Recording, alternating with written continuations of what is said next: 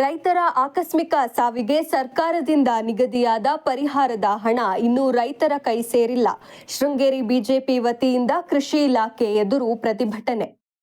ಕೃಷಿ ಚಟುವಟಿಕೆಯಲ್ಲಿ ತೊಡಗಿದ್ದಾಗ ರೈತರು ಆಕಸ್ಮಿಕವಾಗಿ ಸಾವಿಗೀಡಾದ ಪ್ರಕರಣಗಳಿಗೆ ಸರ್ಕಾರದಿಂದ ನಿಗದಿಯಾದ ಪರಿಹಾರದ ಮೊತ್ತ ಇನ್ನೂ ರೈತರ ಕುಟುಂಬಕ್ಕೆ ಬಾರದ ಹಿನ್ನೆಲೆಯಲ್ಲಿ ಶೃಂಗೇರಿ ತಾಲೂಕು ಬಿಜೆಪಿ ವತಿಯಿಂದ ಕೃಷಿ ಇಲಾಖೆ ಎದುರು ಪ್ರತಿಭಟನೆ ನಡೆಸಿ ಆದಷ್ಟು ಬೇಗ ಪರಿಹಾರದ ಹಣ ಮೃತ ರೈತರ ಕುಟುಂಬಕ್ಕೆ ಸೇರುವಂತಾಗಲಿ ಹಾಗೂ ಇನ್ನು 15 ದಿನದೊಳಗೆ ಪರಿಹಾರದ ಹಣ ಬಾರದೇ ಇದ್ದಲ್ಲಿ ಕೃಷಿ ಇಲಾಖೆಗೆ ಬೀಗ ಹಾಕಿ ಪ್ರತಿಭಟಿಸುವ ಎಚ್ಚರಿಕೆ ನೀಡಲಾಯಿತು.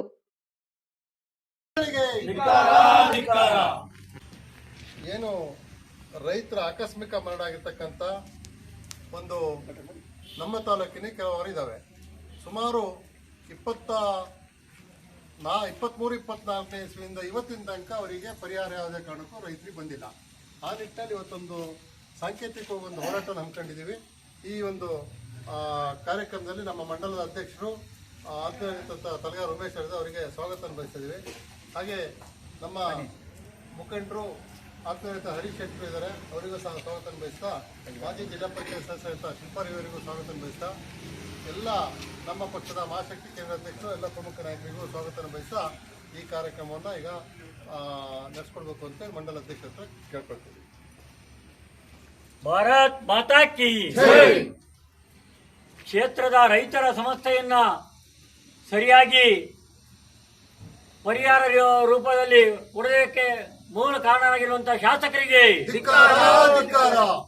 ಆತ್ಮೀಯರೇ, ಇವತ್ತು ನಾವು ಇಲ್ಲಿ ಸಾಂಕೇತಿಕವಾಗಿ ಕೃಷಿ ಇಲಾಖೆ ಪ್ರತಿಭಟನೆ ಮಾಡ್ತಾ ಇದ್ದೀವಿ.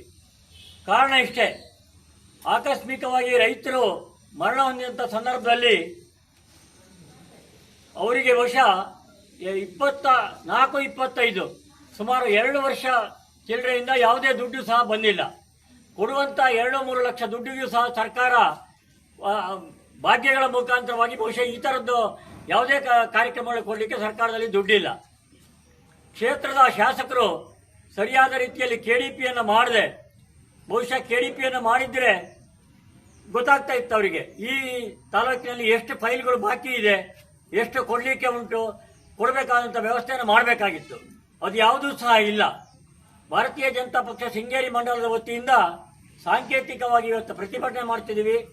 15 ದಿನಗಳ ಒಳಗಾಗಿ ಶೃಂಗೇರಿ ತಾಲೂಕಿನಲ್ಲಿರುವಂತಹ ಫೈಲ್ಗಳಿಗೆ ಅಧಿಕಾರಿಗಳು ಸರಿಯಾದ ರೀತಿ ಸ್ಪಂದಿಸಿ ದುಡ್ಡು ಬರುವಂತ ವ್ಯವಸ್ಥೆ ಮಾಡದಿದ್ರೆ ತಾಲೂಕು ಭಾರತೀಯ ಜನತಾ ಪಕ್ಷ ದೊಡ್ಡ ಮಟ್ಟದಲ್ಲಿ ಪ್ರತಿಭಟನೆಯನ್ನು ಮಾಡೋದಿದೆ. ಈ ಪ್ರತಿಭಟನೆಗೆ ಅವಕಾಶ ಮಾಡಿ ಕೊಡಬೇಡಿ ಅಂತೇಳಿ ಹೇಳ್ತಾ, ರೈತರ ಕಷ್ಟಗಳಿಗೆ ಬಹುಶಃ ಇವತ್ತು ಕಿತ್ಲೆ ಮನೆ ಕೊಡುಗೆ ಇರಬಹುದು, ಅಲ್ಲಿ ಅವರು ತೀರೋಗಿ ಸಾಧಾರಣ 2 ವರ್ಷ ಚಿಲ್ಲರೆ ಆಯ್ತು, 3 ವರ್ಷ ಆಯ್ತು, ಇವತ್ತು ಅದಕ್ಕೆ ಇನ್ನೂ ದುಡ್ಡು ಬಂದಿಲ್ಲ. ಇದಕ್ಕೆಲ್ಲ ನೇರ ಕಾರಣ ಕ್ಷೇತ್ರದ ಶಾಸಕರು. ಜೀವರಾಜರ ಕಾಲದಲ್ಲಿ 6 ತಿಂಗಳೊಳಗೆ ದುಡ್ಡು ಬರ್ತಾ ಇತ್ತು, ಈಗ 2 ವರ್ಷ 3 ವರ್ಷ ಹೋದ್ರು ದುಡ್ಡು ಬರ್ತಾ ಇಲ್ಲ. ಇದಕ್ಕೆಲ್ಲ ಹೊಣೆ ಶಾಸಕರಾಗಿದ್ದಾರೆ. ಹಾಗಾಗಿ ಮತ್ತೊಮ್ಮೆ ಶಾಸಕರಿಗೆ ಧಿಕ್ಕಾರವನ್ನ ಹೇಳ್ತಾ ಆದಷ್ಟು ಬೇಗ ಈ ಫೈಲ್ಗಳಿಗೆ ದುಡ್ಡು ಬರುವಂತ ವ್ಯವಸ್ಥೆಯನ್ನು ಮಾಡಬೇಕು ಅಂತೇಳಿ ಹೇಳ್ತಾ ಈ ಪ್ರತಿಭಟನೆಯನ್ನ ಮುಂದೆ ಶಿಲ್ಪಾರವಿ ಅವರು 2 ಮಾತಾಡಬೇಕು ಅಂತ ಕೇಳ್ಕೊಳ್ತೀವಿ. ಈ ದಿನ ನಾವು ಭಾರತೀಯ ಜನತಾ ಪಾರ್ಟಿಯಿಂದ ನಾವು ಒಂದು ಪ್ರತಿಭಟನೆಯನ್ನು ಇಟ್ಕೊಂಡಿದ್ದೇವೆ. ಕಾರಣ ಇಷ್ಟೇ, ನಮ್ಮ ಕ್ಷೇತ್ರದ ಅಭಿವೃದ್ಧಿ ಆಗಬೇಕಾಗಿತ್ತು. ಆದರೆ ಎಲ್ಲೋ ಒಂದು ಕಡೆ ರೈತರನ್ನಾಗ್ಲಿ ಅಥವಾ ನೊಂದಂತಹ ವ್ಯಕ್ತಿಗಳನ್ನಾಗ್ಲಿ ಏನೋ ಪರಿಹಾರ ಕೊಡೋದ್ರಲ್ಲಿ ನಮ್ಮ ಕ್ಷೇತ್ರದ ಶಾಸಕರು ಹಿಂದೇಟನ್ನು ಹೊಡೆದಿದ್ದಾರೆ. ಅಭಿವೃದ್ಧಿ ಅಂತ ಹೇಳಿದ್ರೆ ಎಲ್ಲಾ ರೀತಿಯಿಂದನೂ ಸಮಗ್ರವಾಗಿ ಅಭಿವೃದ್ಧಿ ಆಗಬೇಕು. ಆದರೆ ಕ್ಷೇತ್ರ ಎಲ್ಲೋ ಒಂದು ಕಡೆ ಜನರು ನೋವನ್ನು ಹಾಗೂ ಹಲವಾರು ಸಮಸ್ಯೆಗಳನ್ನು ದಿನ ದಿನ ಅನುಭವಿಸ್ತಾ ಇದ್ದಾರೆ. ಈಗಾಗಲೇ ನಾವು ಕೃಷಿ ಇಲಾಖೆಯಲ್ಲಿ ಈ ದಿನ ನಾವು ಪ್ರತಿಭಟನೆಯನ್ನು ಇಟ್ಕೊಂಡಿದ್ದೇವೆ. ಕಾರಣ ಇಷ್ಟೇ, 2024-25 ಇಸ್ವಿಯಿಂದ ಈಗ ಏನು 2 ವರ್ಷದಿಂದ ರೈತರು ಹಲವಾರು ರೀತಿಯಲ್ಲಿ ಅಪಘಾತಕ್ಕೆ ಒಳಗಾಗಿದ್ರು. ಅವರಿಗೆ ಸರಿಯಾದ ಸಮಯದಲ್ಲಿ ಪರಿಹಾರ ಸಿಗದೆ ಈಗಾಗಲೇ 2 ವರ್ಷ ಆಯಿತು. ಕೆಲವೊಂದು ಫೈಲ್ಗಳು 3 ವರ್ಷದವರೆಗೂ ಸಹ ಈಗ ನಾವು ನೋಡಿದ್ದೀವಿ. ಈಗ ಕೃಷಿ ಇಲಾಖೆಯಲ್ಲಿ ತೆಗೆದು ಇದಕ್ಕೆ ಗಮನವನ್ನು ಯಾವ ಅಧಿಕಾರಿಗಳು ಸಹ ಕೊಡ್ತಾ ಇಲ್ಲ. ಜೊತೆಗೆ ಶಾಸಕರು ಸಹ ಜೊತೆಗೆ ಅಧಿಕಾರದಲ್ಲಿ ಇರುವವರು ಸಹಿತ ಯಾವುದೇ ರೀತಿಯ ಗಮನವನ್ನು ಕೊಡದೆ ನಿರ್ಲಕ್ಷ್ಯವನ್ನು ಮಾಡ್ತಾ ಇದ್ದಾರೆ. ಹಾಗಾಗಿ ಅದಕ್ಕೆ ಸರಿಯಾದ ಪರಿಹಾರವನ್ನು ಕೊಡಲೇಬೇಕು ಅಂತ ಹೇಳಿಬಿಟ್ಟು ನಾವು ಈ ದಿನ ನಮ್ಮ ಭಾರತೀಯ ಜನತಾ ಪಾರ್ಟಿಯಿಂದ ನಾವು ಪ್ರತಿಭಟನೆಯನ್ನು ಇಟ್ಕೊಂಡಿದ್ದೇವೆ. ನಾವು ಒಂದು 15 ದಿನದ ಟೈಮನ್ನು ಕೊಟ್ಟಿದ್ದೇವೆ. ಏನು ಪರಿಹಾರ ಸರ್ಕಾರ ಮಟ್ಟದಲ್ಲಿ ಇವರು ಕೆಲಸ ಮಾಡಿಬಿಟ್ಟು ಅದರಲ್ಲಿ ಏನು ಪರಿಹಾರ ಕೊಡಿಸ್ಬೇಕು ಅದನ್ನು ಕೊಡಿಸಲೇಬೇಕು ಅಂತ ಹೇಳಿಬಿಟ್ಟು ನಾವು ಈ ದಿನ ಹೋರಾಟಕ್ಕೆ ಇಳಿದಿದ್ದೇವೆ. ನಿಮ್ಮೆಲ್ಲರಿಗೂ ಗೊತ್ತಿರುವ ಹಾಗೆ ನಮ್ಮ ಕ್ಷೇತ್ರದಲ್ಲಿ ರೋಡ್ ಅಂತೂ ನೋಡೋ ಹಾಗೆ ಇಲ್ಲ, ಯಾರು ಓಡಾಡೋಕೆ ಹಾಗೆ ಇಲ್ಲ.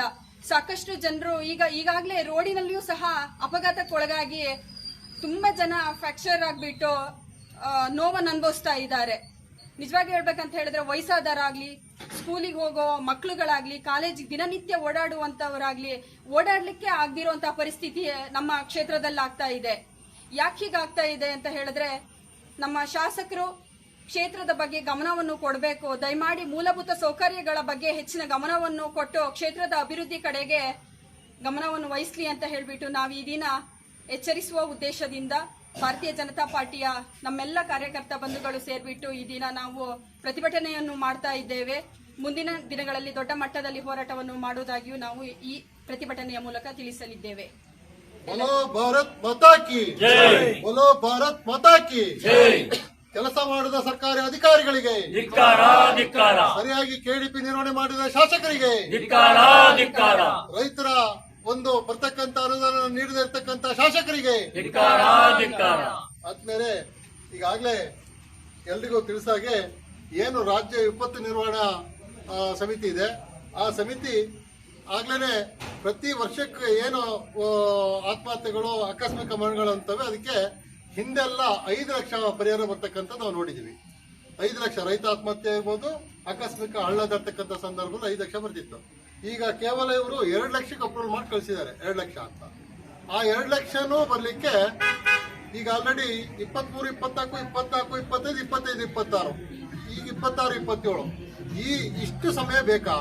ಇದನ್ನ ಸರಿಯಾಗಿ ಶಾಸಕರು ಗಣನೆ ತಗೊಂಡು ಈ ತಕ್ಷಣದಲ್ಲಿ ಇನ್ನು 15 ದಿನದ ಒಳಗಡೆ ನೀವೇನಾದ್ರೂ ಕೆಡಿಪಿ ಮಾಡ್ತಿರೋ ಅಥವಾ ಇನ್ನೊಂದು ಮಾಡ್ತಿರೋ, ಯಾವ ಇಲಾಖೆ ಅಧಿಕಾರಿ ಮಾಡ್ತಿರೋ ಗೊತ್ತಿಲ್ಲ. ಇದನ್ನ ತಕ್ಷಣದಲ್ಲಿ ಏನು ರೈತರುಗಳಿದ್ದಾರೆ ಆತ ಮರಣ ಹೊಂದಿರ್ತಕ್ಕಂಥ ರೈತರುಗಳು ಅವ್ರಿಗೆ ತಕ್ಷಣದಲ್ಲಿ ನೀವು ಅವರ ಖಾತೆಗೆ ಹಣ ಜಮಾವಣೆ ಆಗಬೇಕು. ಅದಾಗದೇ ಇದ್ದಲ್ಲಿ ಇನ್ನು 15 ದಿನದೊಳಗೆ ನಾವು ಇದೇ ಇಲಾಖೆ ಎದುರುಗಡೆ ಧರಣಿ ಕೂರ್ತೀವಿ.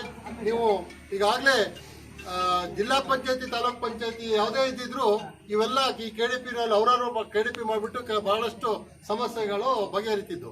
ಇದು ಯಾವುದು ಇಲ್ಲದೆ ಇರೋದ್ರಿಂದ ಶಾಸಕರು ಸರಿಯಾಗಿ ಕೆಡಿಪಿ ನಿರ್ವಹಣೆ ಮಾಡದೇ ಇರೋದ್ರಿಂದ ಈ ರೀತಿ ಸಮಸ್ಯೆಗಳು ಹೆಚ್ಚಿಗೆ ಉದ್ಭವ ಆಗಿದ್ದಾವೆ. ಈ ನಿಟ್ಟಿನಲ್ಲಿ ತಕ್ಷಣದಲ್ಲಿ ಶಾಸಕರು ಇದರ ಬಗ್ಗೆ ಜವಾಬ್ದಾರಿ ವಹಿಸಿ ಇವರಿಗೆ ತಕ್ಷಣದಲ್ಲಿ ಒಂದು 15 ದಿನದೊಳಗಡೆ ಆಗಿ ಇವರಿಗೆ ಖಾತೆಗೆ ಹಣ ಬರುವಂಗೆ ನೋಡ್ಕೊಳ್ಳುವ ಜವಾಬ್ದಾರಿ ಶಾಸಕರದಿದೆ. ಇದನ್ನ ತಕ್ಷಣದಲ್ಲಿ ಮಾಡಬೇಕು.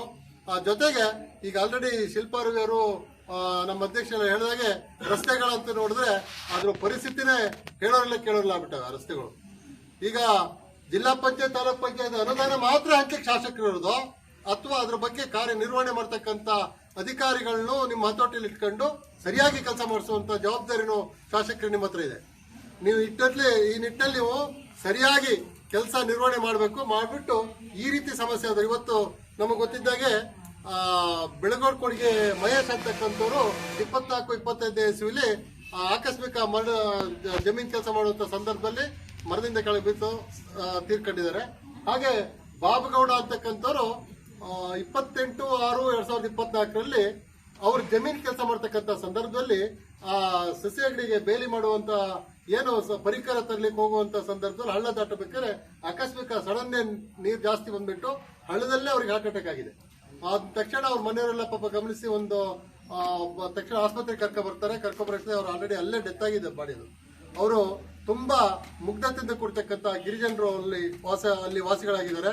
ಆ ನಿಟ್ಟಲ್ಲಿ ಅವ್ರಿಗೆ ಇವತ್ತು ನೋಡಿ, ಅವ್ರು ಇವತ್ತು ಬರ್ಬೇಕಿತ್ತು, ಅವ್ರೊಂದು 10 ಜನ ಬರೋರಿಗೆ ಇವತ್ತು ಮಳೆ ಜಾಸ್ತಿ ಆಗಿ ಬರತಕ್ಕಂಥ ರಸ್ತೆನೂ ಸರಿ ಇಲ್ಲ. ಅವ್ರು ನೀವು ಯಾರು ಬೇಕಾದ್ರೂ ಕಿತ್ತಮನೆ ಕೊಡಿ ಹೋಗಿ ಮಗೆಬೇಲಿಂದ ಆ ಕಡೆ ಹೋಗ್ಲಿಕ್ಕೆ ಆಗ್ತದ ನೋಡ್ಕೊಳ್ಳಿ. ನೀವು 4ರಿಂದ 5 ಕಿಲೋಮೀಟರ್ ನಡ್ಕೊಂಡ್ ಬರ್ಬೇಕಾಗೋ ಪರಿಸ್ಥಿತಿ. ಅಲ್ಲೂ ರಸ್ತೆ ಉದ್ದಕ್ಕೂ ಮರ ಬಿದ್ದಿರೋದು, ಇನ್ನೊಂದು ಸಣ್ಣ ಪುಟ್ಟ ಆಘಾತಗಳು ಆಗ್ತಾನೆ ಇರ್ತಾವಲ್ಲಿ. ಆ ನಿಟ್ಟಲ್ಲಿ ಶಾಸಕರು ಜವಾಬ್ದಾರಿಯಿಂದ ತಗೊಂಡು ಈ ಕೆಲಸ ಮಾಡಬೇಕು. ನೀವು ಗ್ರಾಂಟ್ ಅನ್ನು ಹಂಚಬೇಕಾದ್ರೂ ಅಷ್ಟೇ ತಾಲೂಕ್ ಪಂಚಾಯತ್ ಜಿಲ್ಲಾ ಪಂಚಾಯತ್ ಅನುದಾನವನ್ನು ಬೇಕಾಬಿಟ್ಟಿರ್ತಿದ್ರಿ. ನೀವು ಎಲ್ಲಿ ಸಮಸ್ಯೆ ಇದೆ ಅಲ್ಲಿಗೆ ಇಡಬೇಕು. ಎಲ್ಲೆಲ್ಲಿ ರಸ್ತೆಗಳು ತೀರಾ ಹದಗೆಟ್ಟಿದೆ ಆ ರಸ್ತೆಗಳಿಗೆ ನೀವು ಸರಿಯಾಗಿ ಕೆಲಸ ನಿರ್ವಹಣೆ ಮಾಡುವಂಥದ್ದು ನಿಮ್ಮ ಜವಾಬ್ದಾರಿ ಅಂತ ಹೇಳ್ತಾ, ಈ ಒಂದು ಏನು ಈ ಕೃಷಿ ಇಲಾಖೆಯಿಂದ ಹೋಗಿರ್ತಕ್ಕಂಥ ಫೈಲ್ ತಕ್ಷಣದಲ್ಲಿ ನೀವು ಫಾಲೋಅಪ್ ಮಾಡಿ ಇದನ್ನ ಅನುದಾನ ಕೊಡಿಸ್ಬೇಕು ಅಂತ ಮತ್ತೊಮ್ಮೆ ನಿಮ್ಮ ಹತ್ರ ಹೇಳಿ, ನೀವು ಸರಿಯಾಗಿ ನಿರ್ವಹಣೆ ಮಾಡಲ್ಲ ಅಂದ್ರೆ 15 ದಿನದಲ್ಲಿ ನಾವು ಮತ್ತೆ ಅಲ್ಲಿ ಕೂರೋರಿದ್ದೀವಿ. ಅದಕ್ಕೆ ಅವಕಾಶ ಮಾಡಿಕೊಡಬಾರ್ದು. ನೀವು ತಕ್ಷಣದಲ್ಲಿ ಅವರ ಖಾತೆಗೆ ಹಣ ಜಮಾವಣೆ ಆಗುವುದನ್ನ ಗಮನಿಸಬೇಕು ಅಂತ ಹೇಳಿ ಇಲ್ಲಿ ಆಗಿರ್ತಕ್ಕ ಎಲ್ಲರಿಗೂ ಧನ್ಯವಾದ ಹೇಳ್ತಾ, ಹರೀಶ್ ಶೆಟ್ರು ಒಂದೆರಡು ಮಾತುಗಳು ಹೇಳಬೇಕು ಅಂತ ಹೇಳಿ. ಆತ್ಮೀಯ ಭಾಜಪದ ಮಂಡಲಾಧ್ಯಕ್ಷ ಅಂತ ಉಮೇಶ್ ಭಟ್ರೆ, ಪಕ್ಷದ ಪ್ರಧಾನ ಕಾರ್ಯದರ್ಶಿಗಳಂತ ನೂತನ್ ಅವರೇ, ಮಾಜಿ ಜಿಲ್ಲಾ ಪಂಚಾಯತ್ ಸದಸ್ಯರಾದಂಥ ಶಿಲ್ಪಾ ರವಿ ಅವರೇ, ಹಾಗೂ ನಮ್ಮ ಹೋಬಳಿ ಅಧ್ಯಕ್ಷರಾದಂಥ ರಾಘವೇಂದ್ರ ಹಂಚ್ಲಿ ಅವರೇ, ಇಲ್ಲಿ ಸೇರಿರುವಂಥ ನಮ್ಮ ಕಾರ್ಯಕರ್ತ ಬಂಧುಗಳೇ,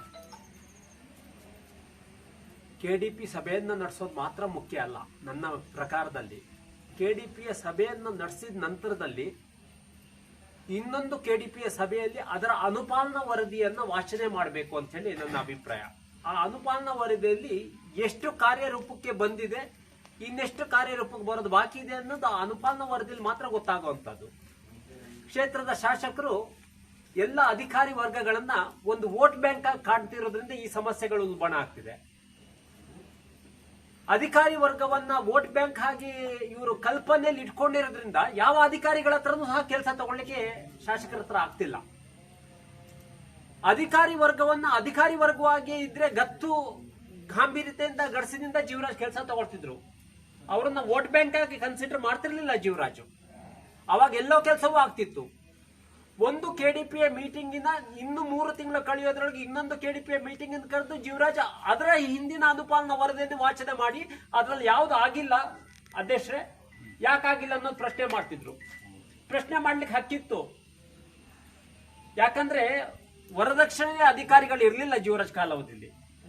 ವರದಕ್ಷಿಣೆ ತಗೊಳ್ಳುವಂತ ಅಧಿಕಾರಿಗಳು ಯಾರು ಇಲ್ಲದೆ ಇರೋದ್ರಿಂದ ಜೀವರಾಜಿಗೆ ಆ ಗತ್ತಿನಿಂದ ಪ್ರಶ್ನೆ ಮಾಡುವಂತ ಅವಕಾಶಗಳು ಜೀವರಾಜ್ ಹತ್ರ ಇತ್ತು. ಆ ಗತ್ತಿತ್ತು ಜೀವರಾಜ್ ಹತ್ರ. ಇವತ್ತಿನ ದಿವಸದಲ್ಲಿ ಇಡೀ ಪಟ್ಟಣ ವ್ಯಾಪ್ತಿಯಲ್ಲಿ ರಸ್ತೆಯ ಹೊಂಡ ಗುಂಡಿಗಳಂದ್ರೆ ಹೇಳತೀರದದು. 1,84,00,000 ಹಣವನ್ನ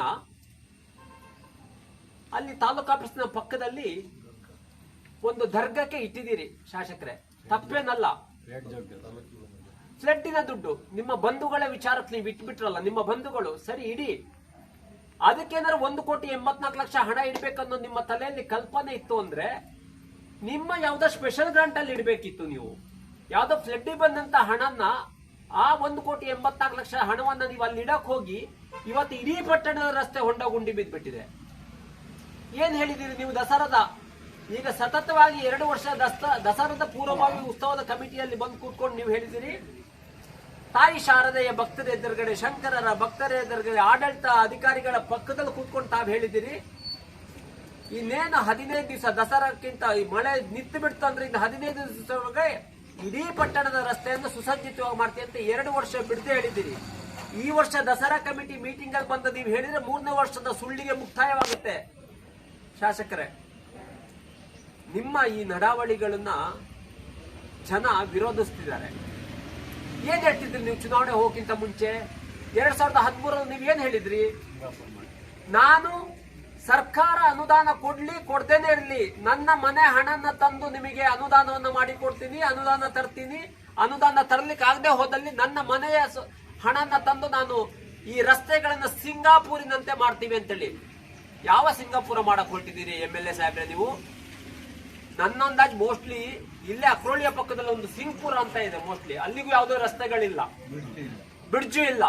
ಮೋಸ್ಟ್ಲಿ ಆ ಸಿಂಗ್ಪುರ ಮಾಡಕ್ ಹೊರಟಿದ್ ಕಾರಣ ಸಿಂಗಾಪುರ ಅಲ್ಲ ರಾಜೇಗೌಡ್ರೆ ನೀವು ಮಾಡಕ್ ಹೊರಟಿದ್ದು. ನಿಮ್ಮನೇ ರಸ್ತೆ ಸಿಂಗಾಪುರ ಆಗಿದೆ, ನಿಮ್ಮನೇ ರಸ್ತೆ ಸಿಂಗಾಪುರ ಆಗಿದೆ.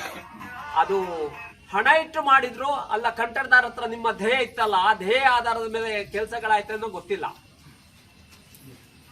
ನಿಮ್ಮ ಫಾಲೋವರ್ಸ್ ಗಳ ಲೇಔಟಿನ ಪಕ್ಕದಲ್ಲಿ 1 ಕೋಟಿಯ ವಾಲ್ ಇಡ್ಲಿಕ್ಕೆ ಬರುತ್ತೆ ಅಂತ ಹೇಳಿದ್ರೆ ಇಡೀ ಪಟ್ಟಣದ ರಸ್ತೆಯ ಸ್ಥಿತಿಗತಿಗಳು ಈ ತರ ಇದೆ. ಹೆಚ್ಚು ಕಡಿಮೆ 3 ವರ್ಷ ಕಾಲಾವಧಿಯಲ್ಲಿ ರೈತ ಪರ ಸರ್ಕಾರ ಅಂತ ಹೇಳ್ತೀರಿ. ನಾಚಿಕೆ ಆಗಲ್ವ ನಿಮ್ಮ ಸರ್ಕಾರಕ್ಕೆ? ರೈತ ಪರ ಸರ್ಕಾರ ಅಂತ ಹೇಳಲಿಕ್ಕೆ ನಾಚಿಕೆ ಆಗ್ಬೇಕು ನಿಮಗೆ. ರೈತ ಪರ ಸರ್ಕಾರ ಅಂತ ಆದ್ರೆ 3 ವರ್ಷದ ಕಾಲಾವಧಿಯಲ್ಲಿ ರೈತನ ಆತ್ಮಹತ್ಯೆ ಮಾಡ್ಕೊಂಡಂತ ರೈತ, ಅನಾಹುತವಾಗಿ ಒಬ್ಬ ರೈತ ಡೆತ್ ಆದಂತದ್ದು, ಒಬ್ರು ರೈತರಿಗೆ 1 ರೂಪಾಯಿ ಹಣ ನಿಮ್ಮ ಸರ್ಕಾರದಿಂದ ಬಂದಿಲ್ಲ. ಅದನ್ನು ಕೇಳುವಂತ ಜವಾಬ್ದಾರಿ ಯಾರ್ದು? ಈ ಕ್ಷೇತ್ರದ ಶಾಸಕರು ಸರ್ಕಾರದ ಗಮನಕ್ಕೆ ತರಬೇಕಿತ್ತು. ನೀವು ನಾವು ಹೆಚ್ಚು ಕಡಿಮೆ ಆ ಜೀವರಾಜ್ರ ಕಾಲಾವಧಿಯಲ್ಲಿ ಯಾವುದೇ ಒಬ್ಬ ಪೇಷಂಟ್ ಆದಂತ ಹೇಳಿದ್ರೆ ಅವನ ಹಾಸ್ಪಿಟಲ್ನ ಬಿಲ್ಲಲ್ಲಿ ಮಿನಿಮಮ್ 50-60% ಹಣವನ್ನ ಜೀವರಾಜ್ ತರಿಸಿ ಕೊಡ್ತಿದ್ರು. ಸ್ವತಃ ಜೀವರಾಜ್ ತಿಂಗಳಲ್ಲಿ ಎಷ್ಟು ಅಂತ ಕಡತಗಳನ್ನು ಬರ್ತಿತ್ತು ಅಷ್ಟು ಕಡತಗಳನ್ನು ಹಿಡ್ಕೊಂಡು ವಿಧಾನಸೌಧಕ್ಕೆ ಹೋಗಿ ಅವರ ಕೈಯಾರೆ ತಗೊಂಡು ಹೋಗಿ ಇಂತಿಂತ ಇದಕ್ಕೆ ಇಷ್ಟಿಷ್ಟೇ ಎಬೋ 50-60-70% ಬಿಲ್ಲನ್ನ ರಿಲೀಸ್ ಮಾಡ್ಕೊಂಡು ಬರ್ತಿದ್ರು.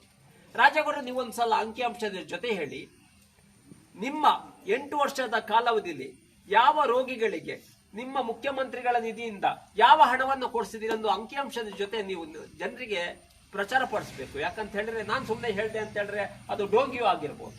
ನಾನು ಹೇಳ್ತೀನಿ, ಜೀವರಾಜ್ರ 15 ವರ್ಷಗಳ ಕಾಲಾವಧಿಯಲ್ಲಿ ಅದೆಷ್ಟು ಜನ ರೋಗಿಗಳಿಗೆ ಏನೇನು ವ್ಯವಸ್ಥೆ ಬಂತು, 3 ಚಕ್ರದ ಸ್ಕೂಟಿಗಳು ಎಷ್ಟು ಬಂತು ಮೇಡಮ್ ನಿಮ್ಮ ಕಾಲಾವಧಿಯಲ್ಲೆಲ್ಲ?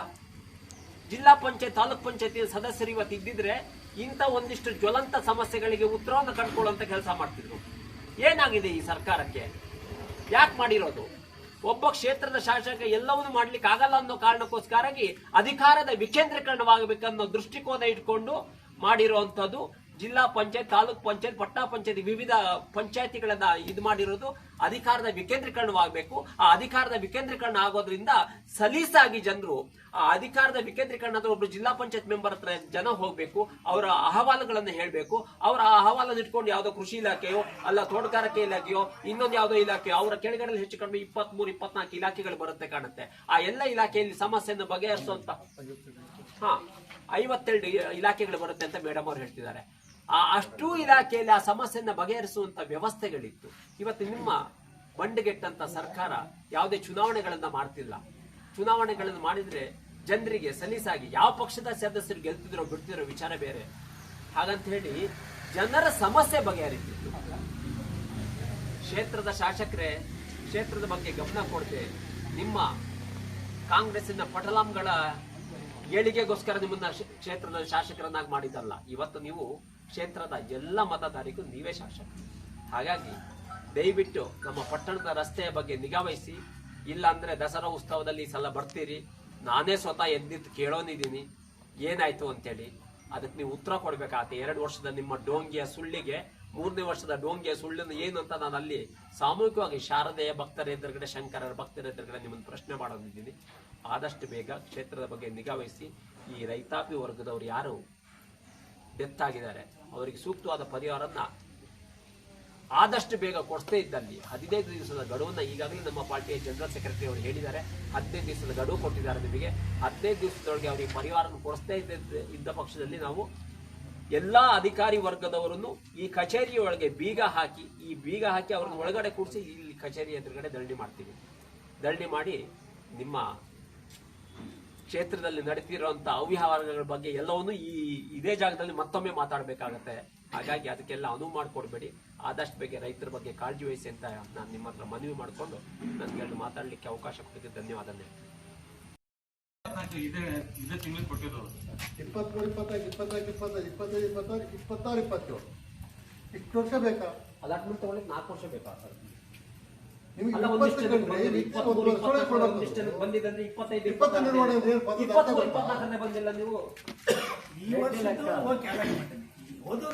ಎಷ್ಟು 2 ಲಕ್ಷ ರೂಪಾಯಿ ಈಗ 5 ಲಕ್ಷ ಬರ್ತಿತ್ತು, ಅದನ್ನ 2 ಲಕ್ಷ ಮಾಡಿದ್ವಿ. 5 ಲಕ್ಷ ಬರ್ತಿಲ್ಲ, ರೈತ ಆತ್ಮಹತ್ಯೆಗೂ 5 ಲಕ್ಷ ಬರ್ತಿತ್ತು. ಆಮೇಲೆ ಯಾವುದೇ ವಿಪತ್ತು ನಿರ್ವಹಣೆಗೆ 5 ಲಕ್ಷ ಬರ್ತಿತ್ತು. ಆಕಸ್ಮಿಕ ರೈತ ತೀರ್ಕೊಂಡಾಗ ಈಗ 2 ಲಕ್ಷ ಮಾಡಿದ್ವಿ. ಮನೆ ಕೊಡಿ ಬಾಬುಗೌಡ ಅವ್ರ ಮನೇಲಿ ಒಂದೇ ಅವರ ಮಿಸಸ್ ಒಬ್ಬರೇ ಇರೋದು. 60-65 ವರ್ಷದ ಹೆಂಗ್ಸ್ ಒಂದೇ ಇರಬೇಕು. ಅದಕ್ಕೂ ನೆಟ್ಟು ಈಗ ಸಂದೇಶ ಸುರಕ್ಷೆನೂ ಬರೋಲ್ಲ. ಈ BPL ಕಾರ್ಡ್ ಒಂದಷ್ಟು ಕೆಲಸ ಮಾಡ್ತೀವಿ, ಅದು ಆಗ್ತಿಲ್ಲ. ಎಲ್ಲ ಸರ್ಕಾರಿ ಇಲಾಖೆ ಅಧಿಕಾರಿಗಳು ಸರಿಯಾಗಿ ಕೆಲಸ ಮಾಡಲ್ಲ. ಇಂತಹ ಇನ್ನಷ್ಟು ಸುದ್ದಿ, ವಿಶೇಷ ವಿಡಿಯೋಗಳಿಗಾಗಿ ನಮ್ಮೂರ್ ನ್ಯೂಸ್ ಚಾನೆಲ್ ಅನ್ನು ಲೈಕ್, ಶೇರ್, ಸಬ್ಸ್ಕ್ರೈಬ್ ಮಾಡಿ.